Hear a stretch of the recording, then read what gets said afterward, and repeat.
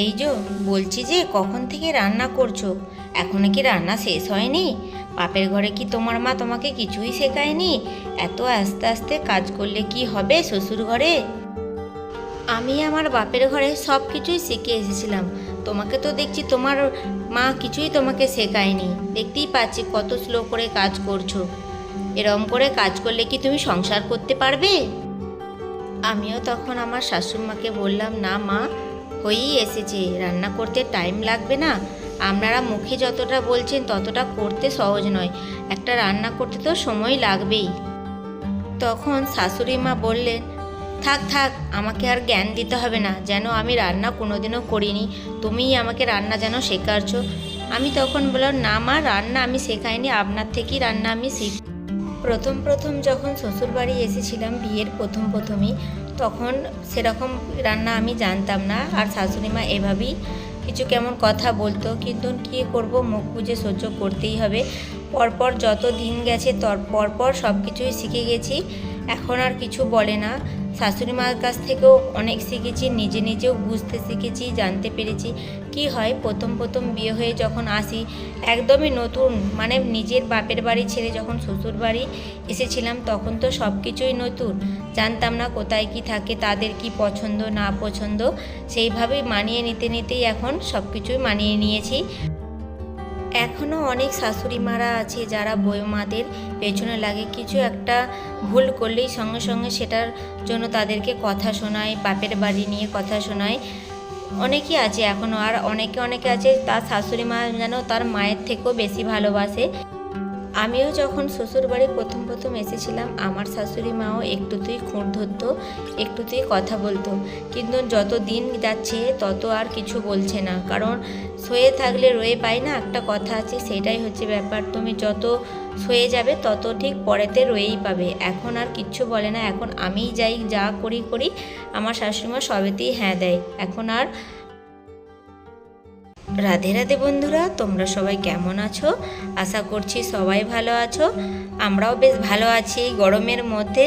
তোমাদের কাছে একটাই অনুরোধ, তোমরা এই গরমেতে বেশি বেশি করে জল খাও, যাতে শরীর সুস্থ থাকে, আর একটু গরমে মানে রোদের থেকে একটু কম বেরানোর চেষ্টা করো। আর এইদিকে দেখো আজকে কি করছি বলো তো, আজকে করছি আমের আচার। শাশুড়ি মা ফোন করে বলল কি দেশেতে আম হয়নি গাছেতে, সেই জন্য আমের আচার করাও হয়নি।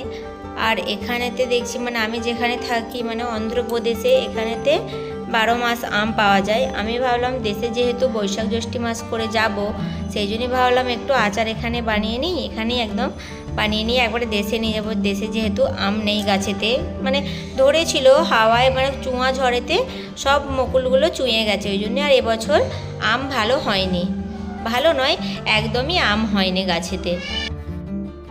আর আমার না একটু আমের আচার, মানে আচার জিনিসটা খুব খেতে ভালো লাগে, সেই জন্যই ভাবলাম একবার এখান থেকে একটু বানিয়ে নিয়ে দেশে চলে যায়, দেশে যেয়ে খাও, মানে এই বিকালবেলা একটু বাটি করে নিয়ে একটু হাওয়া খেতে খেতে বেশ আচার খেলাম।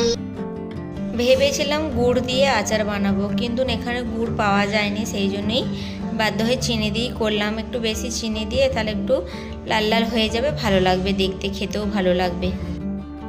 এই আমের আচারটা না এক ফোঁটা জল দিইনি, আর আমি না করতে জানি না, সেই জন্য মায়াকে ফোন করলাম বা শাশুড়ি মা, দুজনকেই ফোন করলাম।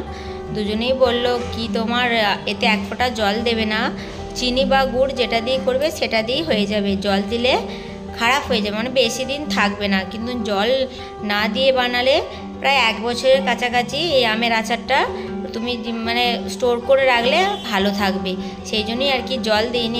দেখো চিনি দিয়েই ফুটিয়ে নিচ্ছি, একদম চিনি দিয়েছি, চিনিটা গলে যেতেই কি সুন্দর একদম ফুলে গেছে, আর এর মধ্যেই আমগুলো সেদ্ধ হয়ে যাবে। দেখো চিনিগুলো একদম গলে যে একদম ফুটতে চালু করে দিয়েছে, একদম এইভাবেই ফুটে আরামসে আমগুলোকে সেদ্ধ করা, মানে আমের সঙ্গে একদম চিনির সঙ্গে সেদ্ধ হয়ে যাবে, এবং আমের আচারটা খেতেও সুন্দর হবে। বিয়ের আগে কিছুই জানতাম না, বিয়ের পর সব কিছু শিখেছি, রান্না করা বলো, যেমন আচার, এটা তো পারতাম না, শাশুড়ি মা বলে দেওয়ার পর শিখে গেছি। ওই জন্য বলে না, মেয়েরা বাপের বাড়িতে রাজকন্যা থাকে আর শ্বশুর বাড়িতে এলে মানে চাকরানি, ওই বলে না আর কি যে মানে বর যখন বিয়ে করতে যায় তখন মাকে তো বলেই যাই, মা তোমার জন্য আমি ঝি আনতে যাচ্ছি। সেই হয়েছে ব্যাপার।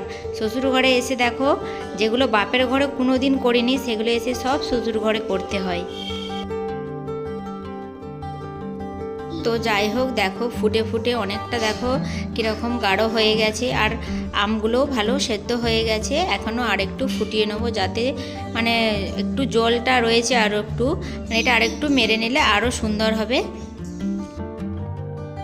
তোমরা কে কে আচার খেতে ভালোবাসো আমাকে কমেন্ট করে অবশ্যই জানাবে। আমার তো খেতে খুব ভালো লাগে। যখন স্কুলে পড়তাম, স্কুলের বাইরে যে আচার বসতো 2 টাকা করে 3 টাকা করে কুলের আচার, প্রত্যেক দিন খেতাম, কী যে ভালো লাগতো। মনে হয় যেন সেই স্কুল লাইফটাই ভালো ছিল। আর যখন স্কুলে পড়তাম তখন মনে হয় যে কবে তাড়াতাড়ি বড় হব, আর পড়তে হবে না, স্কুল আসতে হবে না। কিন্তু না, এখন ভাবছি যে ছোটোবেলাই ভালো ছিল, বেশ স্কুল যেতাম, কোনো ঝামেলা টেনশন কিচ্ছু ছিল না। তো যাই হোক, দেখো এখানে আমার আমের আচারটা একদম তৈরি হয়ে গেছে। এরপর আমি একটা জায়গার ওপরে ঢেলে নেবো। জায়গাটায় প্রথমে একটু তেল দিয়ে বুলিয়ে নিয়েছিলাম, তারপরে এই আমের আচারটা ঢেলে দিলাম। এটাকে এখন 3 থেকে 4 দিন মতন এখন রোদে দেবো। আর এখন যা মানে রোদের তাপ, 2 দিনেই শুকিয়ে যাবে। একটু একটু মানে এই আচারটার আটাটা একটু ভালো করে একটু শুকিয়ে নেব, তাহলেই একদম প্রায় 1 বছরের কাছাকাছি পরিষ্কার একদম সুন্দরভাবে থাকবে, যেহেতু জল দিইনি। আমার আচারটা কেমন দেখতে হয়েছে তোমরা কমেন্ট করে অবশ্যই জানাবে। আজকের মতন ভিডিওটা এখানেই শেষ করছি। আমার ভিডিও যদি ভালো লেগে থাকে তো একটা লাইক, কমেন্ট ও সাবস্ক্রাইব করে দিও।